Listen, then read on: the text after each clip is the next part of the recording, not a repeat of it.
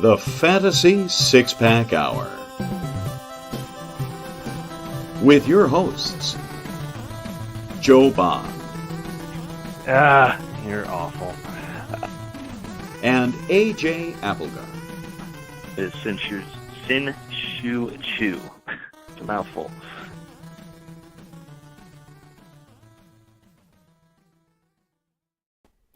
All right. Welcome to the Fantasy Six-Pack Hour. My name is Joe Bond, founder of FantasySixPack.net.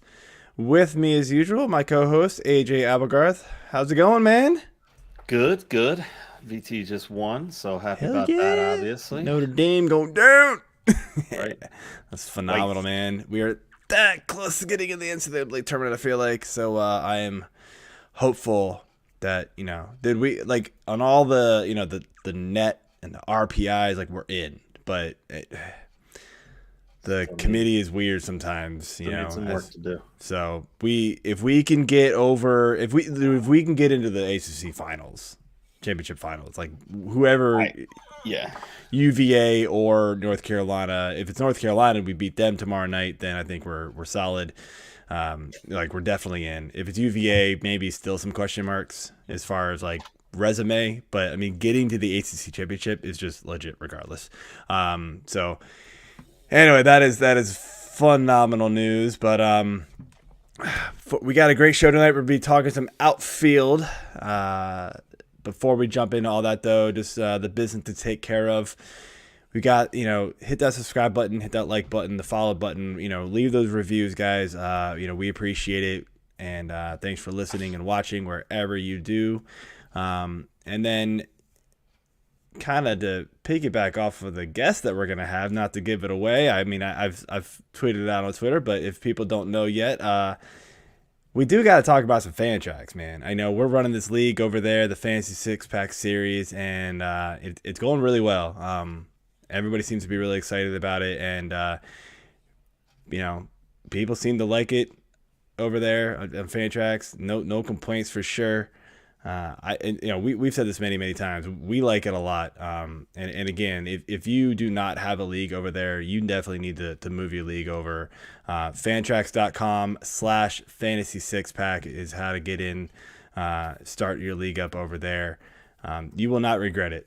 Again, the customization, that's all but free at this point over there. And then the player pool depth is just phenomenal. So you definitely cannot go wrong with moving your league over there. So let's before we bring our guest on, though, let's do our beer of the week. And I screwed up and moved my Beer. All right, what you got, AJ? How funny you don't talk to yourself out loud and then just immediately go to the clip. That's fine. We good. I'm excited, man. VT won. Yeah.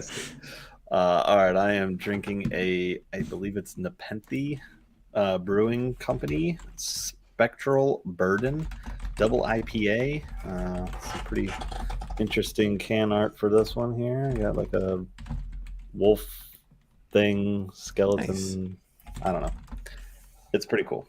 But yeah, I felt like it was kind of fitting, as you can see, I'm repping my Sixers shirt here because tonight was the return of stupid Ben Simmons coming back and sitting on the bench because I was gonna say he's not even playing. Who cares? Oh my gosh, who knows what's going on with that guy, man? Hopefully he gets right, but it's whatever.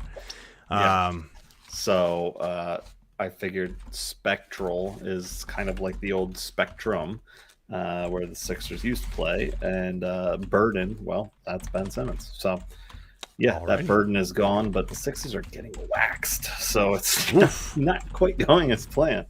Interesting. But yeah, so hopefully they can pull it together in the fourth. All right. We'll see. So I'm drinking one.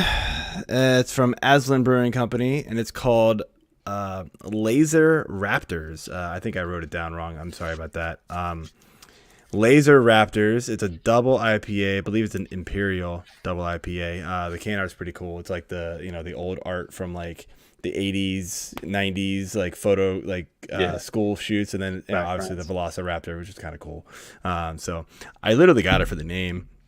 I forget what I gave it on Untapped. I rated it last week. Let me look it up here. Laser Raptors. I gave it a... Oh, I didn't rate it. I forgot. So I'll rate it right now. Terrible. Cool. I'll give it a 3 3.75. It's not their best. It's good though. Maybe I'm spoiled with some of the other stuff I've drank lately, but Probably. yeah, probably. So I like it though. It's solid. Aslan does good work regardless, but I've had much better. But anyway, without further ado, let's bring on our guest of the week. It is Mr. Eric Cross. You guys probably know him from the lead writer at Fantrax, co-host of the Fantasy Toolshed, and just recently, as of just last week, right, Eric?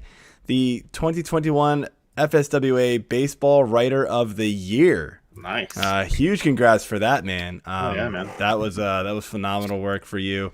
So yeah, congrats on that for sure. And glad you're here, man. Yeah, thank you very much. That was Did anyone else hear that? It was shocking. There's a lot of other great finalists: Steve Gardner, Carlos Marcano, Kenyatta Store, and Scott Engel. So I was very honored to be even nominated and to win it, which is phenomenal. So thank you for that, and thanks for having me on. Excited to talk some outfielders here tonight. Yeah. Absolutely. And I think before we get into anything else, man, we had another way of possibly doing this, but we get to talk about some MLB used to be lockout.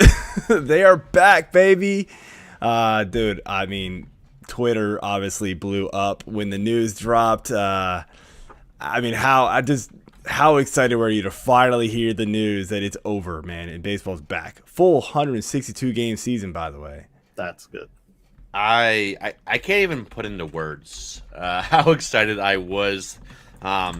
Really needed that uplifting news to get baseball back. We all needed baseball in our lives right about now. It's springtime's right around the corner. Weather's starting to get a little nicer up here in Maine. Still kind of crappy because it's Maine, but this is so good to get baseball back. And a full 162 looks a little bit different. Some double headers, a little bit delayed start, delayed finish to the season, but I'm just happy that baseball is back and we can finally get some spring training games in the next week or so and get a flurry of moves here. So yes, yeah, that's going to be so nuts. happy. I'm ecstatic.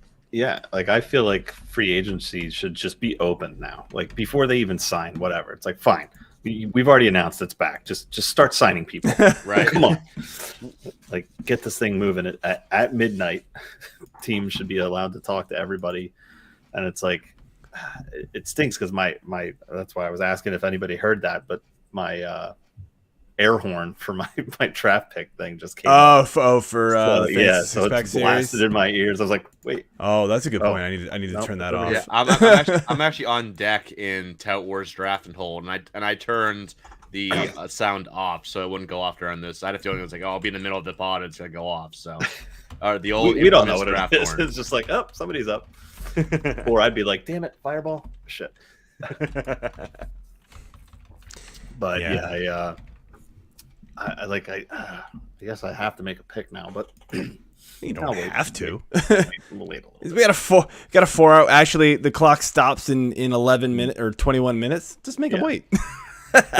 Yeah, because of the customization, right? I on Fantrax, as I've alluded to many times, right? I said screw that, and I was tired of. No offense to NFBC, man. They got a great platform overall, and I know there's a lot of top-notch players play there, but I absolutely dread the 2 a.m. stop clock and then 8 a.m. restart time. I'm like, when I know I'm like possibly up and it's like 12, and I'm like, what do I do? And I'm like 4 picks away. I'm like, I actually don't know who I want. There's like 5 players I want. They could all go, and I'm like, ugh. So I just like stay up, and it's like such a dreadful like couple of weeks when I'm in like TGFBI and like Raz Slam, and I'm like, I love those leagues. I love being in them. It's exciting, but to have to stay up so super late.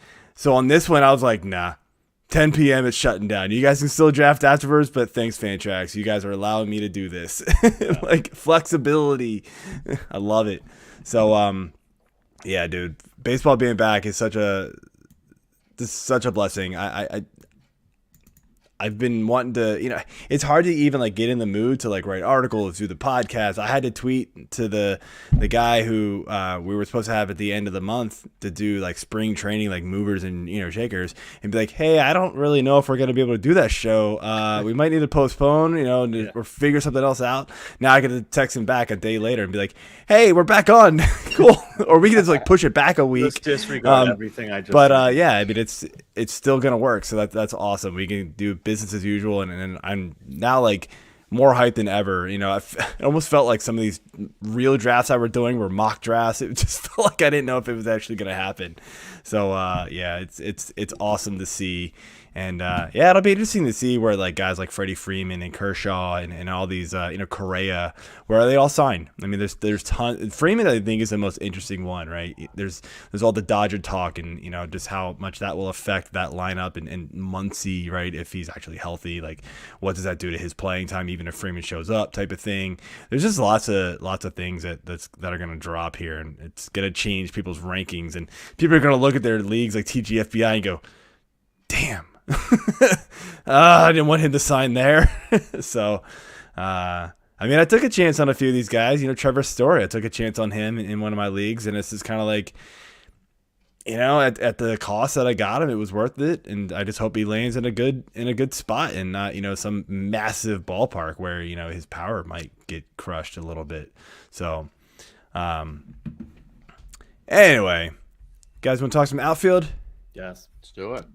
All right, so we broke this down into kind of some subcategories here, and we're gonna start here with the injured all-stars category. And leading off here, we've got the guy who was for so long the number 1 overall pick in fantasy, Mr. Mike Trout himself. Yeah,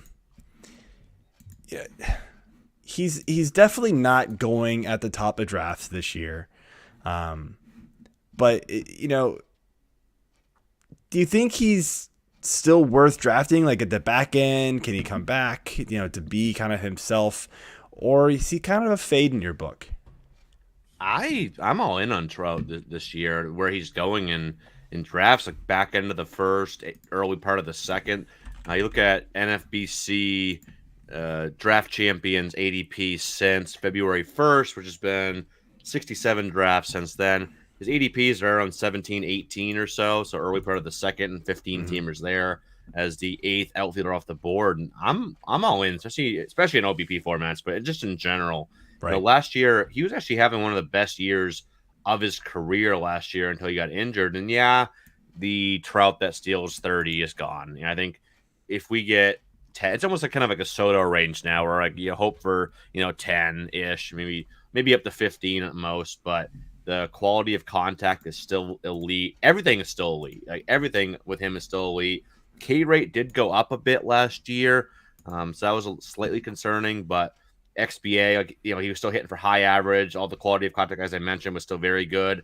18.4% barrel rate, 52.6 hard contact. So everything you want from him is still there. I still think he could be a elite 4.5 category guy. Just has to stay on the field, and he's now on the wrong side of 30, so it's going to be it's easier to stay healthy when you're 23 than when you're 33. But if he can stay healthy, I think this would be great value there where he's going in the early part of the second. Yeah, I can't argue with that either. I mean, it's not something we're used to seeing when he's been such a quality name. He almost defines the name value. Like Mike Trout, everybody knows what you're doing. You're taking him first, or were years ago, obviously. But I love where he's going now. And most of the leagues I play in are 12. So if I'm getting him like mid-second, I'm all over that. All over that. So, you got anything else to add, Joe? Or yeah, I mean, I guess at this point, I don't know. I guess the injury risk is built into that, but I feel like there's guys that that have done this in the past where like they've played way less than half a season for 2 straight years, who have been knocked down way farther than Trout. And I kind of wonder why. I mean, I get why, but I also at the same time kind of wonder why he hasn't. Especially considering you said it, Eric, he's not going to give you the speed anymore. And so at the top part of the draft there, I generally go toward guys who are going to give me, some speed while being able to contribute at a very high level at all the other categories as well. Because later in the draft, right, you can go after speed guys, but they're going to crush you in either average or, RBI or home runs or all of the above. And so like, if you don't get those like power speed guys up top, you can find cheap power later and not get crushed, I feel like. But to find speed later, you lose in so many more categories, it feels like. Generally. Like, not always, but that's why I think I find myself always being like, Trout, I'll take him instead. Like, just because there's another element to that other player, and there isn't the injury risk that Trout has had for the last 2 years, which has been pretty bad. So I'm not totally against it, but it's just been a guy who I haven't really found myself clicking the draft button on. Yeah. So, all right, well, moving on to our next guy here. We got a little song to do here. Acuña Matima is trending. New phrase, Acuña Matima. Is he worth it these days? We go back to the power and speed thing here.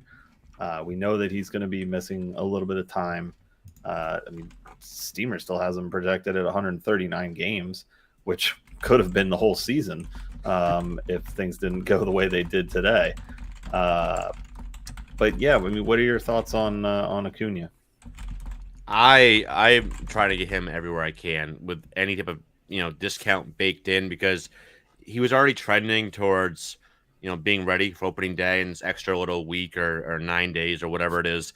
The delay of the opening day, I think it's almost a lock. He's in there right off the bat. And I kind of mentioned this earlier in the offseason that even if you look at the projections, which they're all kind of around like 35, 25 or so for his power speed, even if you scale back the speed, maybe he doesn't run quite as much, at least early on. Maybe he's still a little hesitant with the knee. Maybe it takes him a little bit of time to kind of fully ramp up into the Acuña we've come to know and love. Take 75 to 80% of his speed. That's still around 20 steals.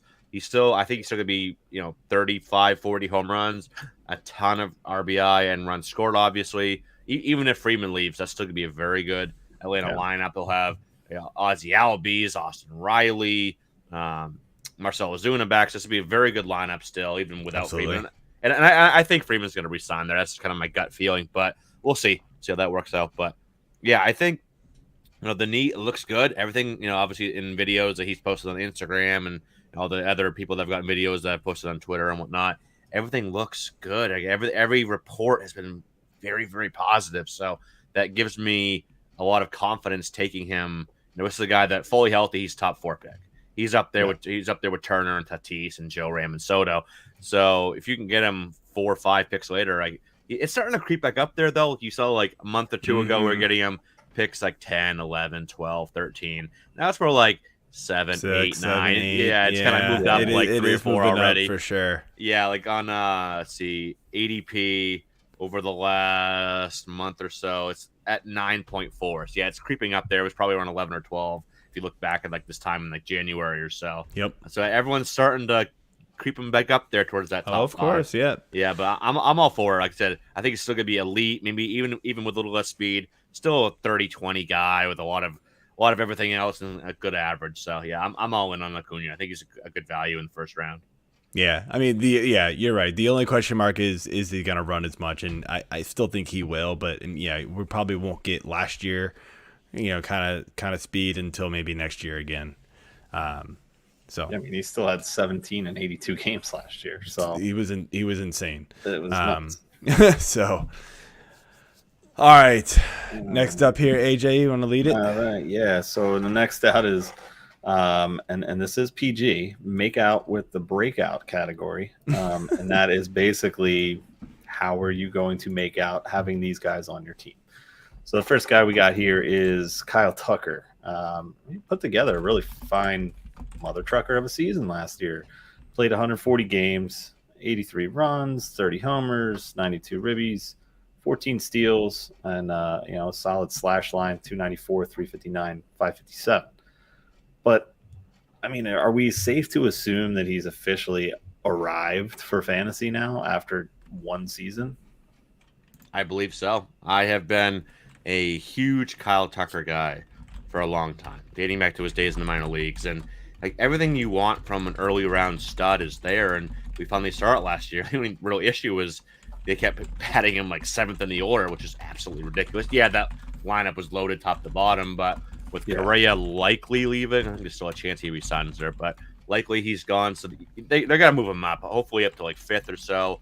The RBI and run opportunities will only grow. And he still had 92 RBI, 83 runs last year in 567 plate appearances. So you could easily see 90-plus runs, 100-plus RBI, 30-plus home runs, 15 to 20 steals. And his sprint, he's not like a burner. Like he don't even have that 60th percentile sprint speed, so it's above average. It's good, but he's always shown that desire to run. You've seen guys that have great sprint speeds that don't even run at all. It's you gotta want to run. He's always run throughout the minor league, so I could see 15 to 20 steals, 30-plus home runs. The average is a very good hitter. All the metrics last year back up what he did at the plate: 294 average, 359 OBP, 557 slugging. His XBA and X slug were even higher than that at 307 and 580 respectively. So good quality of contact. He's been in the mid to upper 40s for hard hit rate all 4 years of his career. Barrel rate was 11.6% last year, 91.4 average exit velo. He cut the K rate down to a career best 15.9%. Walk rate up to a career best 9.3%. There's just not a lot of holes in here, and he's just made improvements. He improved against off speed and breaking pitches last year, which was an issue for him in 2020.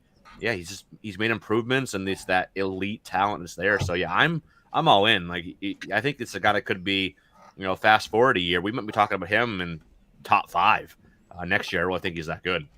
Yeah, I totally like agree Tucker a lot. I mean, I've been following him too. It just seemed like he was never getting enough of a chance yet, and they just kind of were.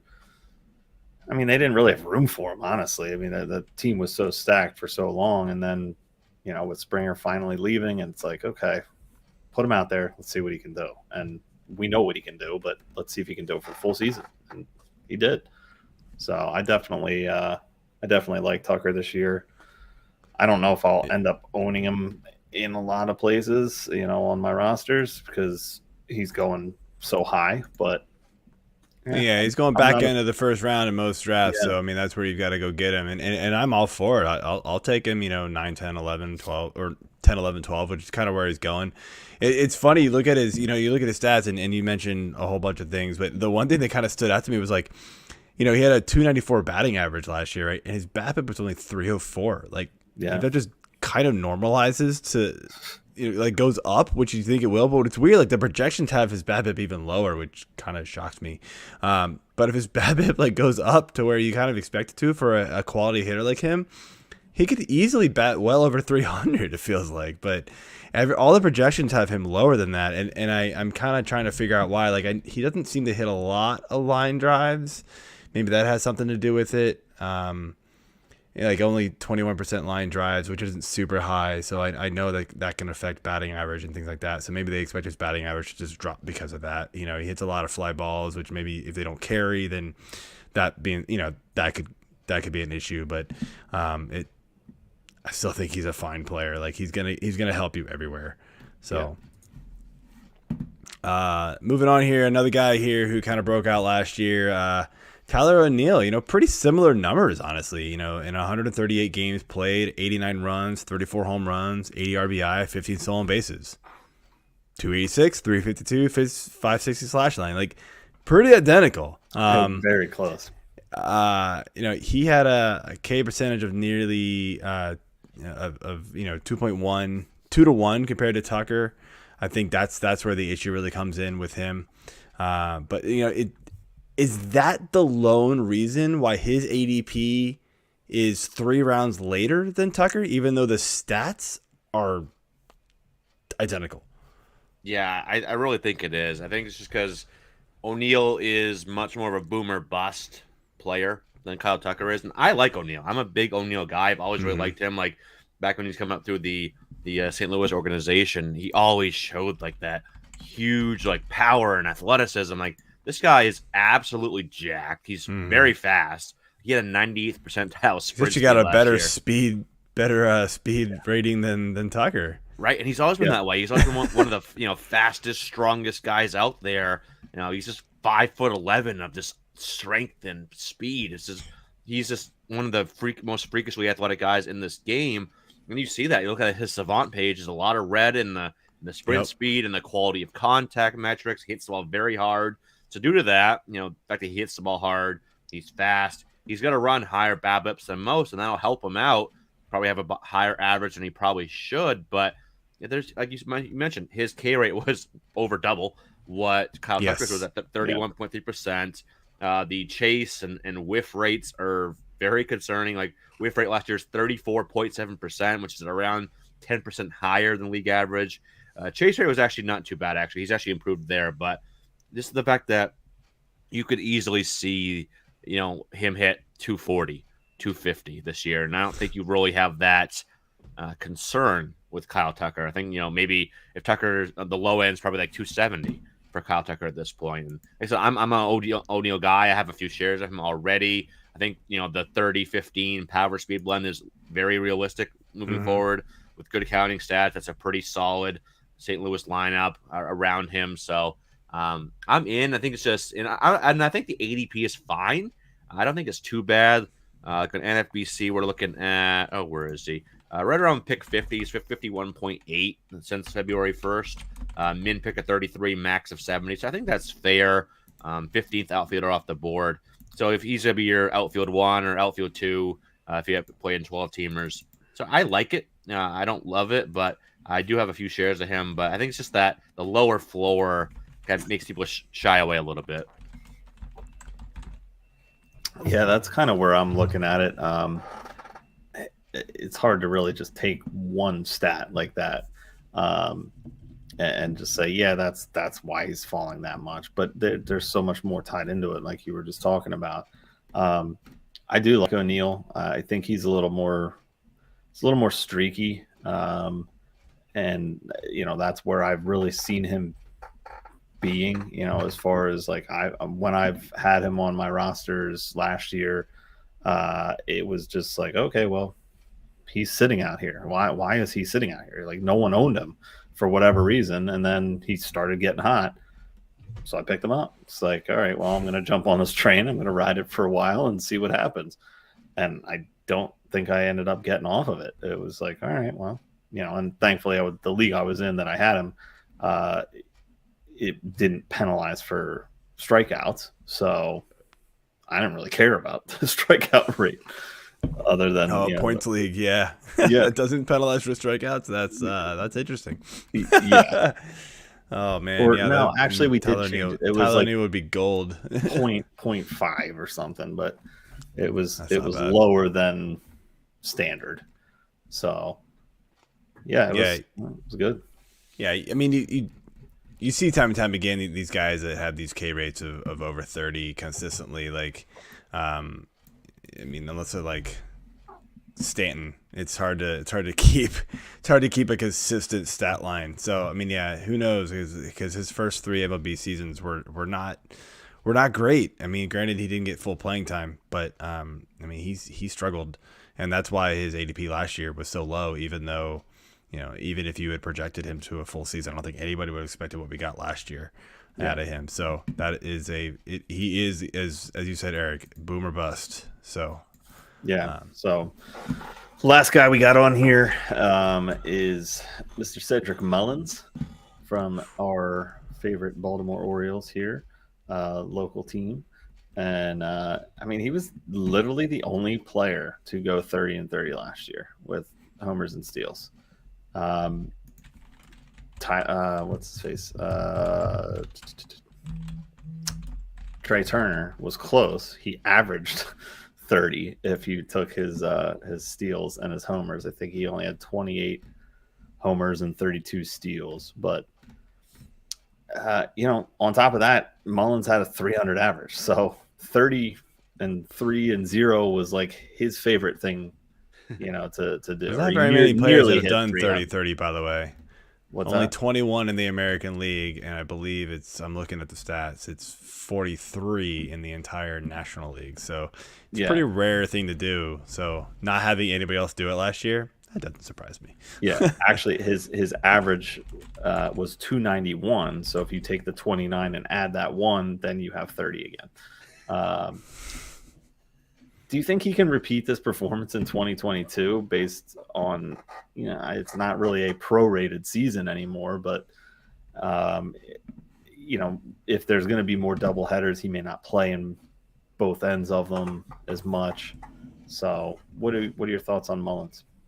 Sorry, I actually just drafted Mullens in a NFBC DC 50 about 3 minutes ago, pick 34. Nice. But, where he was going earlier in the offseason, I was totally out. Like, he was kind of going in the low to mid 20s in a lot of drafts. So I was like, nah, I can't take him up there. But when he's falling into the 30s, I'm more okay with it. Because in general, I don't think he can repeat. Obviously, it's hard to repeat 30-30 in general, no matter who you are. And obviously, if you had told me last year, like, all right, one player will go 30-30 this year, you could have given me 300 guesses. I would have said Cedric Mullens. It would have been Acuña and Tatis and Trey Turner and Joe Ram, guys like that. Like, I would have gone through so many names before getting to Cedric Mullens. The only one that really saw a breakout, not even to this magnitude, was Justin Mason, the biggest Cedric Mullens guy around. But I think there's a lot of legitimacy in it. The power is the one thing I question the most. Like, you see a lot of his, the average exit velo was middle of the pack. Hard hit rate was below league average. Barrel rate was slightly below league average. So I don't see 30 home runs again, even at Camden yards. I think, but low 20s. Well, and the fences are moving, so that's not going to help either. Luckily, I don't think that'll affect him too much because all of his home runs were to center or right. So they're moving the left field fences out. So hopefully it doesn't affect him too much. I think that affects guys like Mountcastle and Austin Hayes a bit more. But I think, low 20s is realistic there. I don't think he's going to go down to like 12 or anything like that. And the speed is legit. He's a fast guy, good contact skills. And that's right. Yeah, that's right. Yeah. He switched to only lefty last year. That's right. He got rid of that. I got it mixed up. I was thinking he switched to righty for some dumb reason in my head. I don't know. But I think you can expect 280, 290. I think the average is pretty legit. I think steals are legit. So even if you just lop off 10 home runs and maybe a little bit of average, 280, 20, and near 30, that's still a third round guy, maybe a second round guy in 15 teamers. So I'm kind of starting to buy into him a little bit more. I think Baltimore's lineup will be pretty solid as well. They have some good hitters, especially in the top half of that lineup where he'll be. So I won't get you a lot of RBIs hitting where he gets in the lineup, but I think 4 really good 4 category guys. So I think mostly legit, just a little bit less power. Yeah, I 100% agree with you. The power is not going to be there.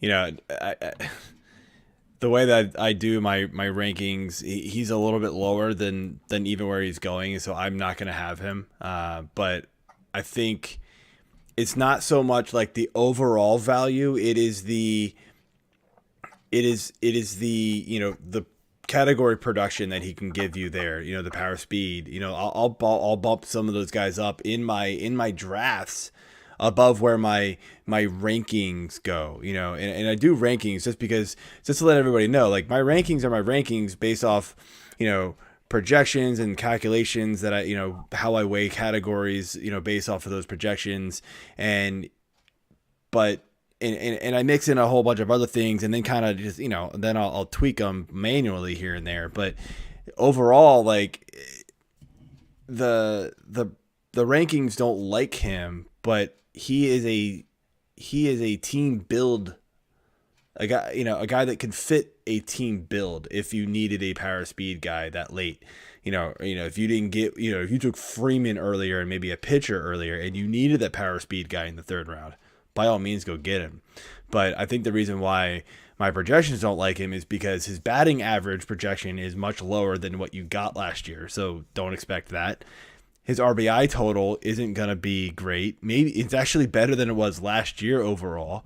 But yeah, the power is not going to be 30. The steals may not be 30. So, that's all of that combined make him drop in the rankings. But everybody's looking at what he did last year and bumping him up in the ADP. And especially in those NFBC 15-team drafts, you get guys who can potentially do what he did and still do, shoot way up. And I totally get it. So and I have no issues with drafting him there. It's just sometimes you've got to look at my rankings and say that's just the overall value. And maybe it's like a score that my rankings give, and that's how I do it. But if it fits your team build, it fits your team build, and go take him. Go take him early. I have no issues doing it. So I like him. I think he's a talented player. And for as much as Justin Mason was apparently all about him last year, I was like, why is this Cedric Mullens guy starting over Austin Hayes? I was so pissed. And then he just blew up, and I was like, oh, no, that's why. All right, never mind. I'm going to shut my mouth. Although Austin Hayes had a pretty decent season still, considering he got injured too. So I was like, that actually made me more mad that they weren't playing both of them at the end of in the middle of the season when they were swapping Hayes and who was it in the outfield, and I was like, why? Just play Hayes. He's so much better than everybody else out there. It was so dumb. But then they finally figured out, oh yeah, we're just gonna play this guy. Yeah, Hayes pretty good. So all right, let's move on here to a few guys here who, they used to be, studs in the fantasy community, and they've really fallen out of favor with a lot of people.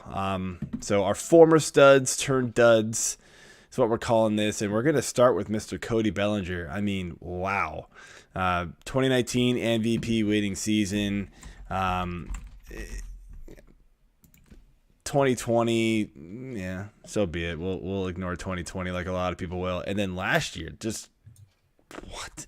I mean, I know he was, he was hurt off and on, but a 165 batting average. I mean, just what in the hell happened? This was a guy who hit 47, 121 runs scored, 115 RBI, 15 steals, and batted over 300 2 seasons ago. In 2019. What do we do with this guy? I'm avoiding him in drafts. I don't have any shares of him so far, and I don't see that happening unless he falls a good 30, 40 picks past his ADP, which is not going to happen because in every single league, you're going to have a handful of people that are big believers in Bellinger. They have that MVP season from 2019 still firmly implanted in their brains. And I get it. He was incredible. He earned that MVP that year. Absolutely did. But I think everyone's just giving him too many free passes. It's weird because people dock other players for some of the issues that he has, and he doesn't get docked quite as much. Yeah, the ADP's fallen to right around 100, but everyone's like, oh, yeah, he'll be good. He's healthy now. I'm like, he's had a lot of injuries. Everyone, they use it to write off his poor performance, which I think you can write off some of it, not all of it. You don't, 165 is terrible. He had one of the worst seasons ever for someone with 300 or more plate appearances. I looked, it was the WOBA was it was one of the worst ever. So it was a historically bad year for Cody Bellinger. And I do think he'll bounce back. I'm not saying he's this bad. I think he will bounce back if he's fully healthy this year, but that's a red flag. All those injuries he's had that seem to always pop up. And the fact that he's really only been elite for really half of that MVP year. The other half of the year, he was good, but that first 3 months where he was just absolutely head and shoulders the best hitter in baseball that really carried him to that MVP. And besides that, he's hit I think 240 or so since then, or even, maybe that might even be a little high because last year really dragged him down. But yeah, I think you can 250 ish average, 25, 30 home runs, handful of steals. But easily all the guys they have out there in the Dodgers lineup, if he gets off to another slow start, I think you could see him lose some playing time. Like I said, they have so many other bodies that can pop in there to kind of get him, give him some days off. So I think he's got a short lease, to be honest with you. I think they'll go to someone else quickly. Obviously, the Dodgers want to win, and I think I don't think they're gonna be scared to bench him or have him lose a little bit of playing time, and maybe he's only playing 5 games a week instead of 6 or 7. So, I just don't like it. I think there's a bounce back, but I don't think it's going to be to the level that people are expecting. So the ADP isn't terrible. Like, ADP is 93, and I'm just on the overall ADP. I'm not filtering it too much, except for I'm just doing it from February 1st. I don't hate that, but again, I like some of the other, like some of the outfielders go. Factor in who's going in his range, and it's like Brian Reynolds. Stanton. Brian Reynolds, I would much rather have Brian Reynolds. Yeah. JD Martinez, Ketel Marte, Stanton, Bryant, guys like that. I would much rather have all those guys. Yeah. They're much safer than so just to throw this out there. So I did take Bellinger in Raslam, which is best ball, the points best ball. He was my second outfielder, but of course in that league, I mean, at the end of the day, I have like 10 outfielders, I think. Right. So because it's so deep, right? But I got him with the 118th pick or something like that. So not like I didn't take him at value. I took him about 25 picks later than his ADP. So I felt like that was okay. And all those guys that you mentioned were long gone. I mean, I'm looking at probably at the end of the day, maybe Schwarber, Renfroe, those types of guys. But I felt like Bellinger belonged a little ahead of those guys, just slightly. And it felt like a bargain at that point. So I was like, okay, I'll take my chances and hope something works. I don't like it because I'm with you. I've something's wrong with him, and maybe I should have just. I was, the league played chicken with him, and I bit. So it is what it is. Somebody's got to take the bait, right? It was me. That might have been one of my 1:30 a.m. picks. Maybe, who knows? It's just back to that. Damn it! Why is this guy still here? Why is he here? Oh God, that's like in our fantasy 6-pack series leagues, man. At every single league, if you look at all the league ADPs, because we're doing that tracker sheet. Thanks, Keith, for putting that together. Every single league is playing chicken with Mondesi. Everybody's like, I don't know if I want him. He's really good, but and everybody's just like waiting and waiting and waiting. It's like, who's gonna be the last one to finally bite? And somebody eventually does, but it's like, and then I think the entire rest of the league is like, whew. Yeah, and then going at the same time, man, I really hope that doesn't work. Because if you say it's healthy, we know what could happen. Healthy this year. Damn it. Anyway, let's move on to our next guy, who was also a potential guy I was looking at. And I was looking at both of these guys. They were right around the same thing. Another former MVP winner here, identical, and he was actually the runner-up to Belly in 2019, and that's Mr. Christian Yelich. He's definitely seen a decline over the past couple of seasons. For me, it's worrisome because it's been his power and speed that suffered. He's seen his average drop to career lows too, but obviously 2020 is COVID, it's shortened season. We have that. Okay, fine. There was a lot of people that played like garbage, but I feel like a lot of those guys kind of turned it back around for last year. But like Bellinger, Yelich did miss some time last year with a back injury. He was on the COVID injured list. I mean, what are you realistically projecting for Yelich this year?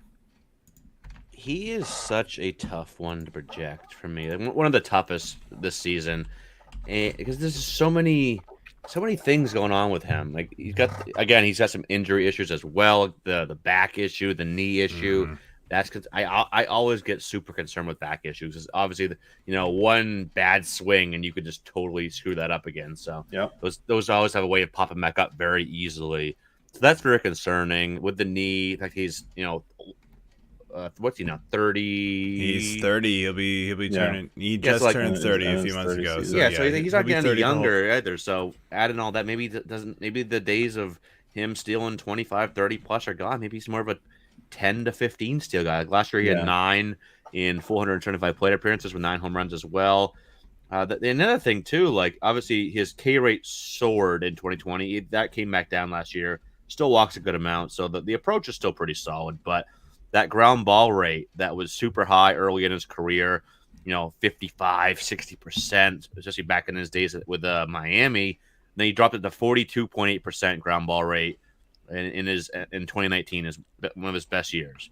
Now it's back up to 55% again. So he has the power. And that raw power is there. Like he could easily hit 30 home runs again over a full season, but is he gonna hit enough, balls in the air to get there? I don't know. I still like Yelich. Again, I think he's a guy that he's still very talented. I think he could bounce back and go 20, 25 home runs and 10 to 15 steals this year with a good OBP. But I don't know. Is the average ever gonna bounce back? Is he's just hit pounding balls in the ground? Maybe the banning of the shift helps him a little bit, but I don't know. He's a guy that it's another guy that's in that range where I just like so many other players going around him, and even if I want to pass him this range altogether and wait till the next tier, like the Jared Kelenic area. Obviously, I love Jared Kelenic, so I think I have like 1 or 2 shares of him so far where he fell past ADP, but I just don't see a return to like top 50 for him. I think what people are doing with Yelich, and I notice, with TGFBI and Raz Slam and even this Fantasy Six Pack series, we've got chatter on our Slack channel within everybody that's in it. We got multiple people in it, and every time Yelich comes up, what do you guys think about Yelich? And everybody's just kind of like, I don't know. Next. Yeah, like I don't know. Next question. And somebody's like, oh, I'm just gonna take him. The upside's there, and I'm like, is it though? But that's the thing. Like that's what people say. Like, the upside's there, Oh, yeah. and I'm like, but what upside are we looking at anymore? Like, are we looking at 12, 15? Like 12 home runs, 15 steals? Like, is that the upside anymore? And I think what people are thinking, like, because he is going late, like, oh, he's a power speed guy that you get late. But he might not be. Like, he could just be a total dud. Like, he could be a guy that you could probably get in round 25, like you could get Garrett Hampson doing the same damn thing as Yelich in round 25. Like, who cares? It's like, you look, you mentioned some of the StatCast data, right? And his launch angle, you said he's just hitting them into the ground. 2.8 degree launch angle last year. That's atrocious. Like, you're not hitting the ball in the air at all. Like, I think I can kick a soccer ball farther. Right? I mean, in the air. His barrel percentage is dropping every season so far, for the last 3 seasons. Like, things are going in the wrong direction. Yeah. And look, I mean, like, I'm no professional player. I've said this many times, but I have dealt with many injuries. I work out and stuff like that. And back injuries, they creep up, and when they hit you hard, you're never the same. I cannot do even close to the same stuff I could do 2 years ago when I blew out my back before Christmas. And Joe can't even tie his own shoes anymore. He has There was a couple of months where I was down on my knees going, and I just wore freaking slip-ons, man, like loafers. I had Crocs. to, like, I could not do it. I was just like, I just said, screw it. I'm just gonna go buy. Did you wear socks with your Crocs? I do not have Crocs. Those things are awful. I'm Crocs sorry to are all the soft. Crocs. I'm sorry to all the Crocs fans, but no way. I'm not wearing plastic shoes. But yeah, I definitely went out and bought some slip-ons. Hey, they're great for boating. Yes, whatever. I don't really care. So, but yeah, It's good enough for Steve Irwin. It's good enough for me. sure. Anyway. But yeah, so Yelich, man, Getting a little off I'm track pretty. here. I'm pretty. It's fine. I'm pretty off of him. Even if he drops a few rounds, I feel like there's always somebody out there who I feel like is going to produce just better than him. What I mean? Then maybe I won't get the 10 steals from that guy, but I'm going to get 20 more home runs from that guy probably. Like, like a Renfroe. Like, who cares? I'll take Renfroe over find a guy. Yeah, you can find a guy that's going to give you 8 of those 10 steals, and it's like, okay, well, that's still better than 0 steals, or an injury that puts him out again for a long period of time, and he only gets maybe 2 or 3. Yeah. or not. Not looking good. I'm kind of off of Yelich this year as well. So, all right, last guy here who we got a couple here that we're gonna mix pair together, and it's Tommy Pham and Joey Gallo. Both have been phenomenal in various seasons. Gallo obviously has the power. Tommy Pham has kind of more the overall game to his repertoire here. I don't really know what to think about either one of these guys. Pham, a lot of people had a lot of hope for him last year. He did okay, just not great. Gallup, obviously, it's the Gallo. Sorry, Gallup. I don't know why I said Gallup. Gallup. I'm thinking football. Get out of football. Sorry, Cowboys suck. I had to ignore baseball for so long because they were pissing me off. I started thinking about Michael Gallup. Anyway, obviously with Gallo, the power is legit, but the batting average is such a drain, and he just What do we do with these guys in drafts? And are they worth their costs? Honestly, I don't have many shares of either of these two. I did get Gallo in. Oh, what was it? Maybe it was Toe or Raz Slam, one of the two. It was because it was OBP that I got him. I think pick 140, 150 or so. So an OBP, I can see it. Like Gallo would be definitely a much better OBP, target. That's solid.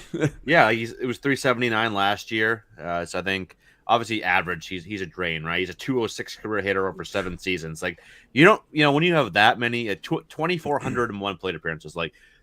Maybe you could make minor improvements, but you're not making some like massive improvement. All of a sudden, Gallo's going to be like 270. So he is what he is, an average. So we had that random 253 season. Everybody's like, "Oh, he figured it out." No, he didn't. No, he did. 181 the next season. Yeah, like that was such a weird year. but yeah, like that power though, like left-handed power. Obviously, it'll play anywhere. But it's funny. You look at his spray chart at Yankee Stadium with that short right field porch. A lot of the dots for his home runs are like well beyond. Like there were no like ones that are just coming down right over the wall. Like they are like well beyond. So he had 25 bombs last year and just 388 plate appearances. Like this guy, if he stays healthy over a full year, plays 150 plus, he could easily hit 50. Like you could literally see him, Judge, and Stanton hit 50, which would be insane. But if they stay healthy, I think that's actually a legit chance of it. Right. So if you played OBP formats, definitely a nice target is like your outfield 3 or so with the boost there. But in average leagues, I kind of just stay away because he's just never hit for high average. He's been above. Like last year was his best K rate of his career. You know what it was? 34.6. There you go. Wow. That is his best. That is awful. But that ties right back into Tyler O'Neill, right? These guys who have these massive K rates. This is what you get a lot. Like it's hard to get these guys who can strike out that much, but be could be power hitters as consistently as Gallo is. Even Stanton, right? Like Stanton, like you would think like, okay, fine, O'Neill was 31 or whatever I said it was.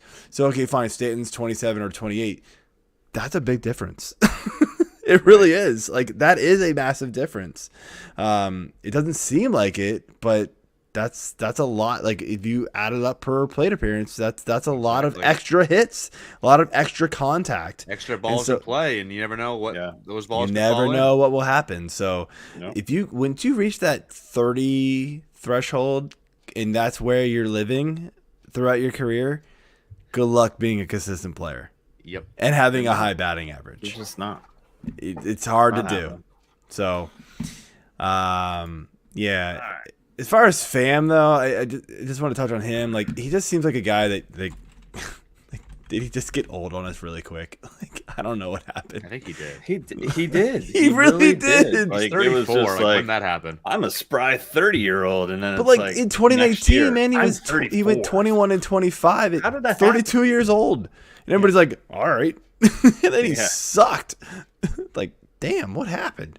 I mean, he went 15 and 14 last year. That's fine, but that didn't he didn't return value last year because he was getting drafted pretty high. I know that. I will compare this to a phone call, a call in on the 94 WIP is like the big one of the big sports talk radio stations here in Philly. So this guy called in and literally was talking about Carson Wentz, like, because obviously he went to the Washington Commanders now, which is hilarious. It's hilarious. I was actually on their show to talk about it the other night. But this guy called in this morning and was talking about, like, well, it's his prerogative to get married and, like, want to do that sort of thing and maybe have kids, but, like, I think that's when he went downhill. And it's like, okay, well, is that what happened to Tommy Pham? Did he just, like, all of a sudden get married and then have kids and is like, hey, I have a life now, sorry sports, I don't care about you anymore? But I don't think it is. I just think something happened with him and I don't know how to explain it. He's like old. he fell into a vortex and came back 3 years older. So he's kind of off my board. I mean, if he falls enough, maybe I'll throw a dart at him. I don't know. But I'm not expecting much out of him at all. I kind of like Pham, to be honest with you, this year. What is his ADP? It's around 250 right now. It's 262. Yeah, it's not bad. It's super late. We'll see where he I signs. say that I got him in Raslam, so well, yeah, I was gonna say, we'll see what's got to sign somewhere. And there's rumors that he might be willing to try out first base. So that's one of the reasons why I took him. I was like, position flexibility. It's Raslam, so why not? Because it's best from ball. First base, so you can't beat that, right? I mean, in Raslam, it doesn't really matter where you get it from. I just wanted him in there. Right. So an extra first base. You can get 15-15 from him again, which I think is realistic. Like a lot of the metrics are still pretty solid. So he's got a good approach, so walks a ton, solid hard hit rate, good barrel rate, 10%. So I think you could easily see another 15-15 type of season from him, and just have to see where he signs. But where he's going, that's pretty solid, I think. Yeah, I'm actually kind of scared to see where I took him last year. I was super high on him last year, and it did not work. So we're not going to go back. We're not going to go back and look at that one. Like, Tommy Pham is who you want to own everywhere. Get this guy. 3 rounds earlier than you should. Yikes. Maybe not that exciting, but I might have. No, it is. Yeah, who knows? Mike Davis all over again. We don't get it. Oh, shut up. Mike, I hate you. Oh man, that was a stab in the back, man. Damn, why you gotta remind me about that? I love Mike Davis. That's a running back, right? Yeah. I was like, wait a minute, I recognize that name. It's not a baseball player. Yeah. I'm a casual fantasy football player. I play a couple leagues a year, but yeah, I was like, wait a minute, that name sounds familiar. Who he played for? Is it Denver? Falcons. No, Falcons. Yes, last year coming over from Carolina. They've had so many running backs in Atlanta. Filled in for CMC. Oh, that's right. First year he's phenomenal, and then he was on the. That's why he was one of the big waiver wire grabs, like mid-season. Yeah, that's why I remember the name. Okay. Yeah, he was good. All right, let's finish things off here with our kind of our. We didn't really know what category to put him in, so we just put him in question mark category. So I had something else written. I don't know. I don't know why. It was way too long. I was like, no. I'm just going to cut off these 15 other words and stop it at question marks. Sure. So we're going to start with a couple of White Sox here. And, we got Eloy Jimenez and Luis Robert. Look, both very, very talented players. Both also been injured. And, who's the better value this season and why? So, Just to say, Eloy's ADP is 63, and Luis Robert's 16. Whoa! Yeah. I don't know if I realized that. It's pretty high, and I love Luis Robert. Like I have been all Robert. Why am I saying Robert? Is it Robert?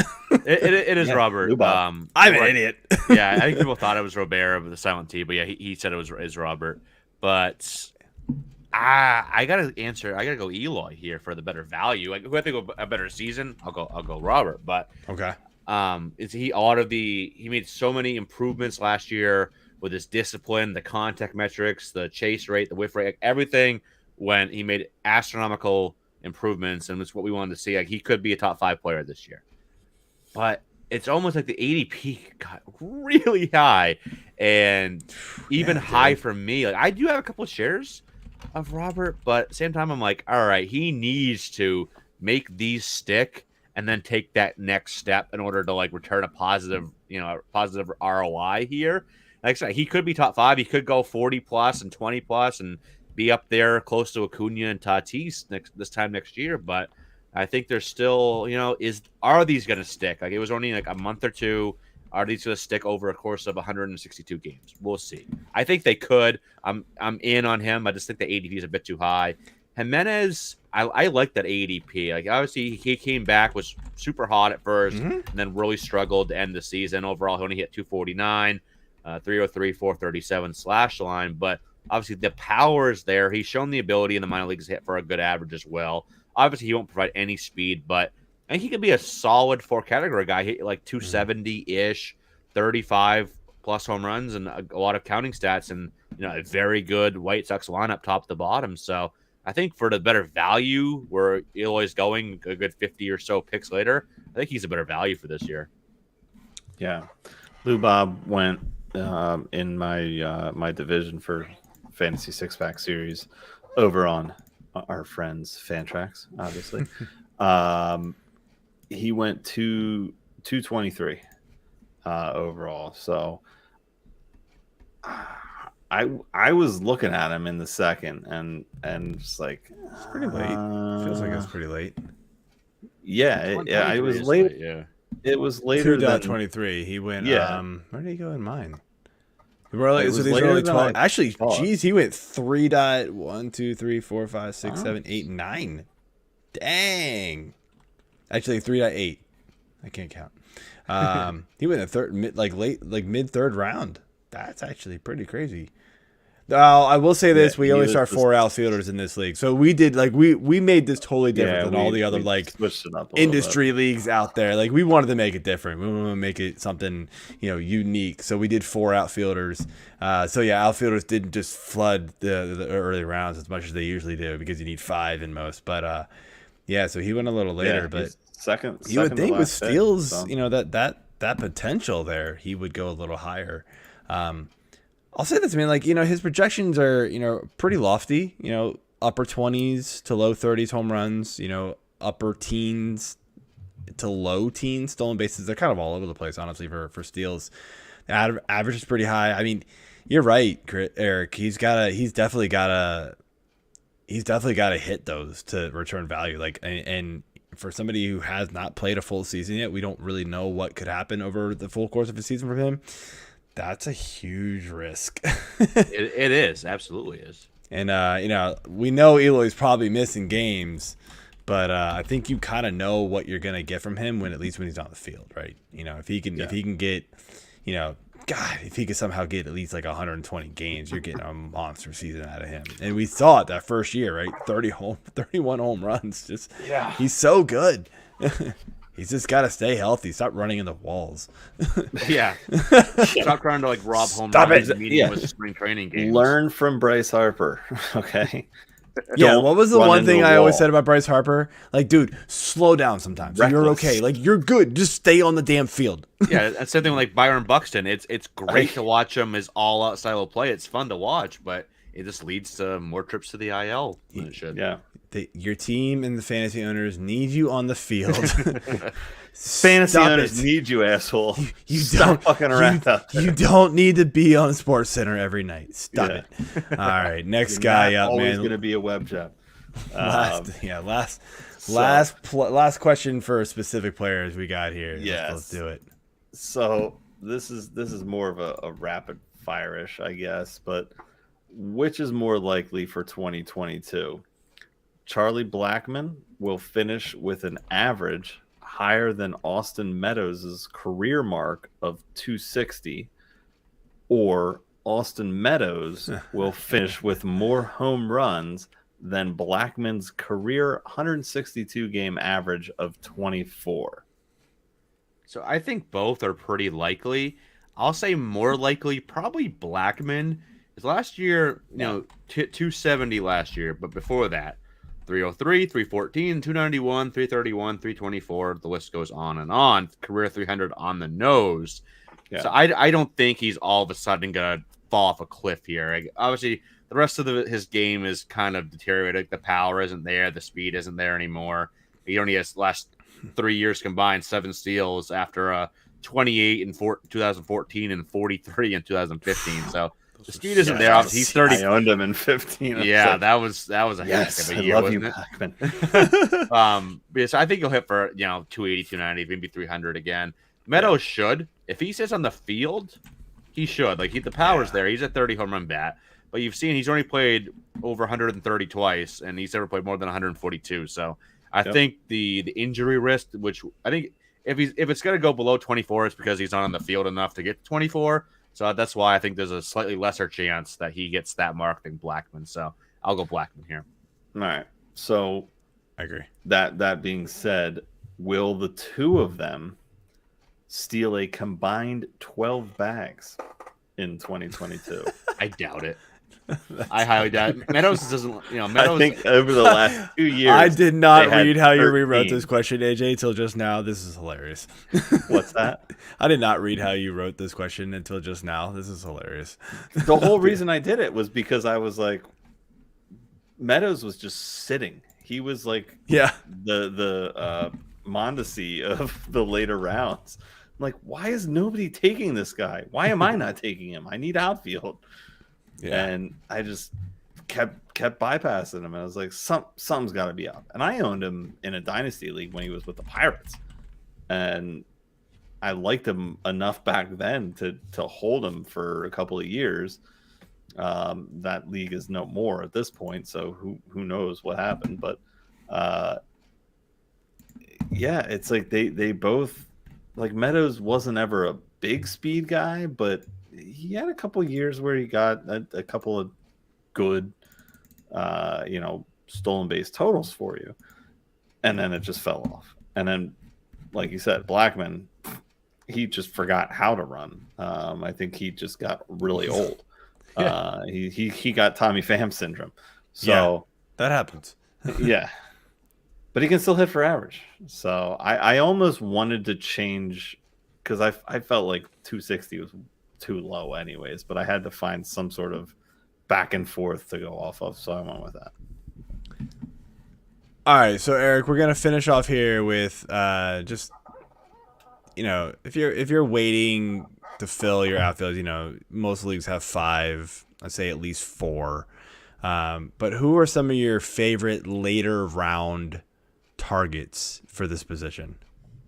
There's actually a lot. Yes, a lot of guys I like in the later rounds here for outfield. And I wrote an article on Fantrax about some of these names. Like, I'll start with the 2 young guys that I really like a lot: Brandon Marsh of the Angels, Josh Lowe of the Rays. Like, for Lowe, I've been saying, like, as long as they can trade Kevin Kiermaier, which it was kind of rumored they were at least exploring that before the lockout started 3 months ago at this point. But if Lowe gets that center field job, if they trade Kiermaier, like, you're gonna want him on your fantasy team, plain and simple. Like, the guy could, this is a 20 homer, 25 steal guy waiting to happen. The power speed is there. The average might not be super high, but he's shown actually better contact skills than people give him credit for. Contact rate was around like 70% each of the last 2 years, which isn't great, but it's not terrible either. So I think 250, 260 type of guy, a little bit higher value in OBP format. He does have a solid walk rate. He's always shown that.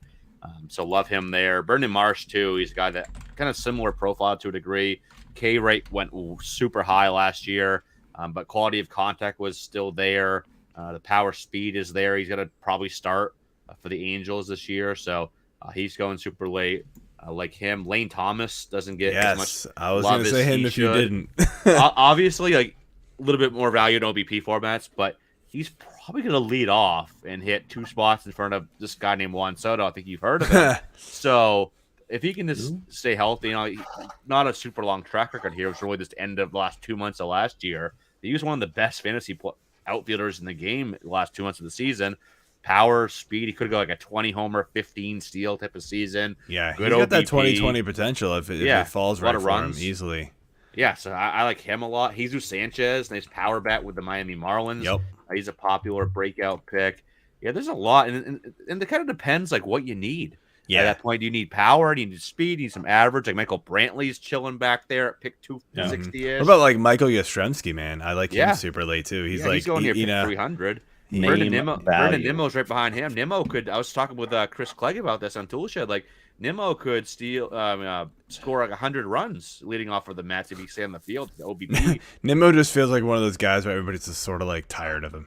Right? Because of like it's just sort of like he hasn't panned out. He never had a season he never had like the full breakout season. So everybody's just kind of like, yeah, we're done with you. I get it. He's super boring, but OBP, he's been over a 400 OBP each the last 2 years. What do you think about a guy like Dominic Smith now that the DH is back in the NL? I like Dominic Smith. I just still don't know if he's going to play. Like I kind of, when I wrote up my kind of the article about the NLDH and who it benefits, I kind of looked team by team, and I was like, I want it to be Smith, but I could just see it being a little bit of him, a little bit of JD Davis, a little bit of rest for the old guys, a little bit of Cano. Robbie Cano, yeah. Like I get to see it not. He had such a good him. season, 2 years ago, that shortened season, which is what makes me kind of want to take a chance on him. Like it's got to be a really deep league. Like exactly. I mean, this was like one of my last picks in Raz Slam, and it's a 40-round league, by the way. So like, but it was sort of like, I mean, there's literally nothing left at that point. I was like, sure, Dominic Smith, but click. Might as well. Like, the upside is there. Like if he gets the playing time, he'll be a very solid. Yeah, same thing with like, and again, these are super deep leagues, like 15-team leagues, 20-team leagues. Like if Jack Peterson is out there, with DH eligible NL teams, like he's gonna get somewhere. Though he has that awful split. Platoon. Yeah, he has a platoon issue. Sam Hilliard is out there for me. Like I always kind of like Hilliard. I like Hilliard a lot. Like he's got that little power speed blend there. Yeah, but I feel like he just never like last year. Like I felt like he should have played more. He just didn't. It's Colorado for you. Yeah, who knows what they're doing? Break your hat. I know. So yeah, there are definitely a lot of guys, and I'm with you, man. It's at that point in the draft, like when you're taking, these are probably your backup outfielders or your fifth outfielders. It's got to fit your team. Like if you're in a roto and you need some speed, you go for the speed. Just try not to kill your other categories going for it. Same thing. If you need some power, try not to kill your average, that kind of stuff. So you need to find the balance, but you need to hit those category thresholds too when you're doing it. So, anyway, man, I think that's all we got. I want to thank you for coming on, and it was a great show. And before you go, let everybody know what you got going on this season, where they can find you. Oh geez, so much going on. But first off, thanks for having me on. This was a lot of fun talking outfield. I always love talking outfield. It's always a fun position, especially with all these nice late targets we just talked about. Absolutely. Yeah. A lot of stuff going on right now. Our draft kit over at Fantrax HQ, a lot of good stuff in there. Like I've been with Fantrax HQ since the beginning when it was a very unorganized startup, content site 5 years ago, and I am just so proud of the team we have now. We have so many talented writers. It's going to be a really fun season. Both Chris Clegg and I just put out our updated top 400 prospect rankings this week. Clegg put them out today. His OBP rankings and mine were on Monday. So go check those out. I got the Toolshed podcast, humming along there, 2 episodes a week there. Writing at Fantasy Pros as well. A lot of fun stuff. The Fantasy Baseball Black Book, I'm in again with Joe Pisapia every year. That's a great Paul Sporer, Casey Bubba, so many people in that book as well. Chris Meany, very talented group of writers there too. So yeah, this is like my favorite time of the year. Like it's hectic, yes, but it's draft season. We get the new season coming up here finally. So yeah, it's a lot of fun, a lot of stuff, a lot of writing, a lot of podcasts, but I love doing it. So yeah, thanks for having me on though, guys. This was a lot of fun. Yeah, no, absolutely. Thank you for coming. Man. We appreciate it. Yeah, been meaning to get you on the show for a while, so glad it finally happened. Absolutely. So, all right, man. Well, have a good night, and we'll have to do it again. Absolutely, man. Take care. All right. Cheers, man. All right, guys. I think that's all we got for it. Hope you enjoyed the show. Next week, we are bringing on, believe, if I have it right, it's Michael Simeone from SP Streamer, I think is what the site's called. Apologies if I got that wrong. Talking, obviously, pitchers. So, and then in a couple weeks, I'm not really sure when we're going to do it, but I am going to get him on here. Mike Kurland, he's been here before. We're going to talk about the ADP movers, spring trading, position battles, all that kind of good stuff. Don't know if it's going to be in 2 weeks. I don't exactly know when exactly spring training games are starting. I haven't seen all the specifics yet. When news broke, it was basically like dinner time for me. So I was like, oh, crap, I got to go. or it was like, I don't know, kids getting off the bus and all that kind of jazz. So anyway, just kind of hectic time of the day. But yeah, we will figure out when to get him on it and talk about that. But yeah, sounds like we're going to have to plan some April shows, AJ. So thought we might take a month off, but so be it. We'll be back drinking beer, talking baseball. Oh, damn. You thought wrong. There's always news to be told. All right, well. Yes, next week's show will be Wednesday. Oh, that's right. It is going to be Wednesday, March 16th. That's right. Yes. I forgot. Because March Madness starts on the 17th. I will not be. Literally nothing to do with it. Any kind of capacity to talk that day. So. Well, that had literally nothing to do with it. I know. Michael couldn't come on Thursday. I understand that. That's cool. But okay. I feel like this is the second time in the last, just totally wrong, but 3 years that St. Paddy's Day has been the opening day of the NCAA tournament. Like the main day. Huh. Maybe it was 3 years ago that it was technically the opening day for Tuesday. I don't know. Whatever. March 17th was a Tuesday in 2020. In 2019, March 17th was a Sunday. So no, you're wrong. Anyway, good story, bro. We're going to cut it out. Good night, everybody. See y'all next Wednesday. Peace. Cheers.